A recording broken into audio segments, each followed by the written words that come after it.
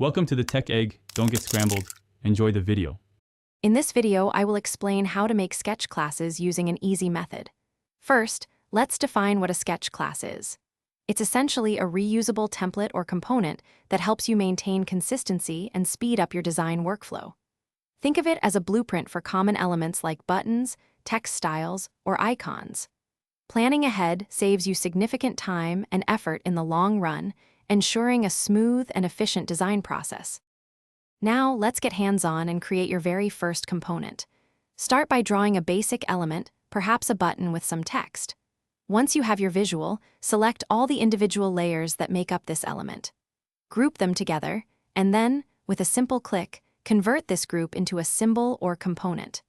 This action makes it instantly reusable across your entire project, saving you countless hours of repetitive work. One of the most powerful features of sketch classes is the ability to customize instances using overrides. You can easily change text labels, swap out images, or adjust colors without detaching the component. This means your core design remains consistent, while individual instances can have unique content.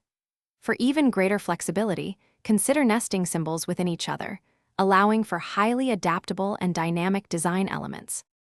To truly master sketch classes, adopt some best practices. Always use clear and consistent naming conventions for your components. This makes them easy to find and use.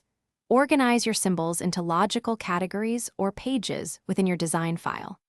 A well-structured library can save you dozens of hours over a large project.